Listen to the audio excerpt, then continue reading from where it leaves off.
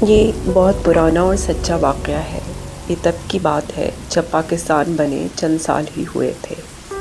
میں گاؤں کے سرکاری اسکول میں چوکیدار تھا اور اسکول میرے گھر سے کافی دور تھا، اس لیے میں ہمیشہ بس پر سفر کر کے اسکول جاتا تھا اور اسی بس پر واپس گھر بھی آتا تھا۔ اس زمانے میں ٹریفک اتنی نہیں ہوتی تھی، ہمارے گاؤں میں فقط وہ ایک ہی بس ہوتی تھی۔ پرانا وقت تھا، نہ زیادہ بجلیاں تھیں نہ روشنیاں۔ لالٹینوں اور موم بتیوں کا زمانہ تھا۔ ایک دن میں معمول کے مطابق بس پر سوار ہو کر اسکول کے لیے روانہ ہوا۔ اس دن بہت تیز بارش ہوئی تھی، اس لیے جب اسکول سے چھٹی ہوئی تو مجھے بس نہ مل سکی،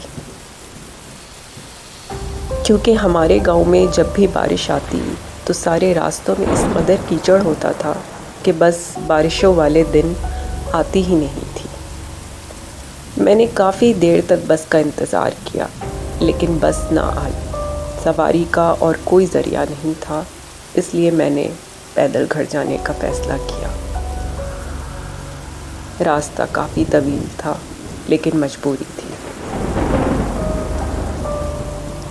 میں عصر کے وقت روانہ ہوا تھا، لیکن رات ہو گئی اور راستہ ختم ہی نہ ہوا۔ ہر طرف اندھیرا تھا۔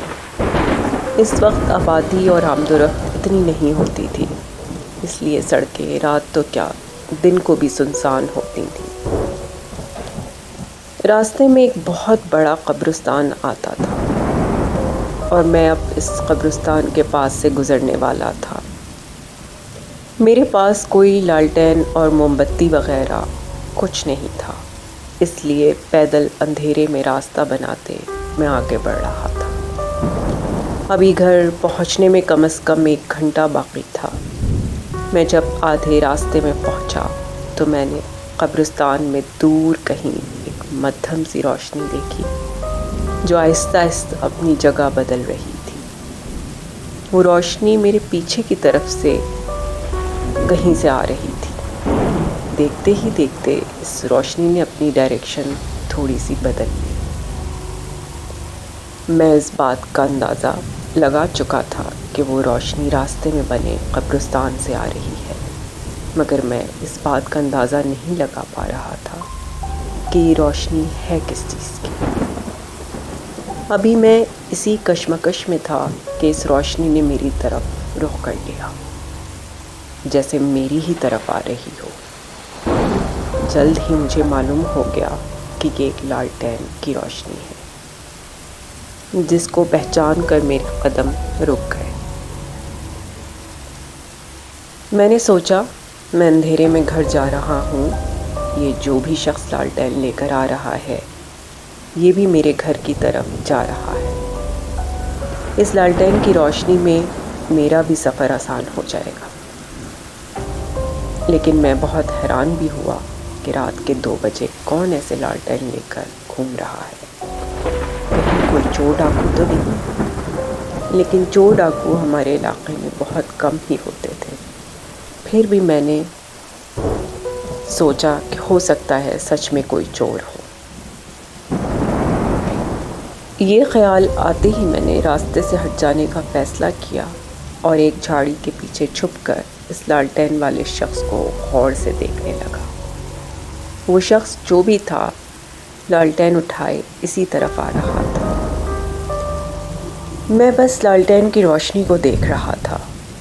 جب وہ روشنی کچھ نزدیک ہوئی تو میرے قدموں تلے جیسے زمین ہی نکل گئی ہو۔ ڈر کی ایک تیز لہر مجھے چھو کر نکل گئی۔ میں نے دیکھا کہ وہ صرف ایک لالٹین ہے جو ہوا میں لہراتی ہوئی ادھر ادھر جا رہی ہے۔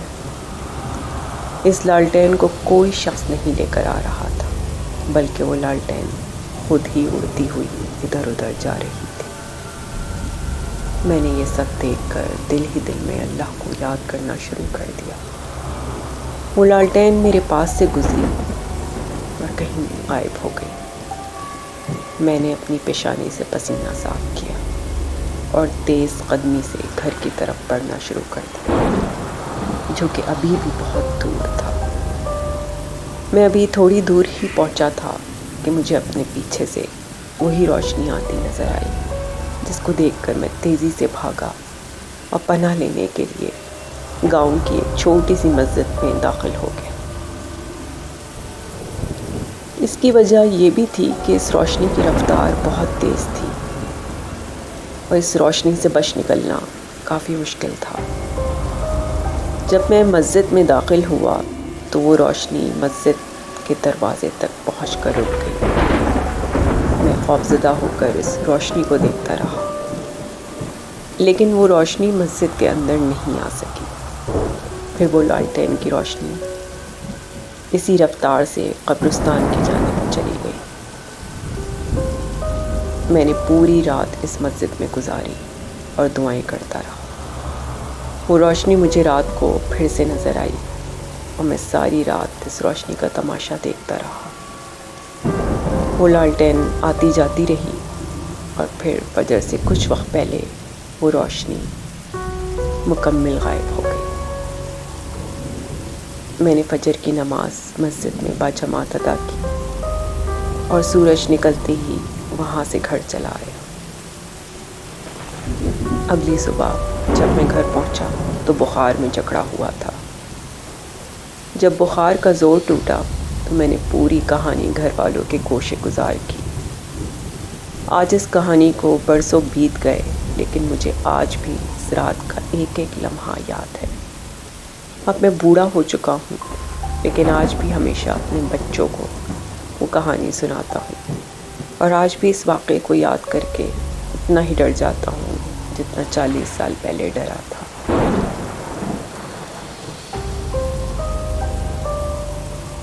اگر آپ کو یہ سٹوری پسند آئی ہے تو پلیز لائک، سبسکرائب اور شیئر ضرور کریں، اور مجھے کمنٹس میں بتائیں کہ آپ کو اس سٹوری میں کیا اچھا لگا اور کیا نہیں۔ آپ کی سپورٹ کا بہت بہت شکریہ۔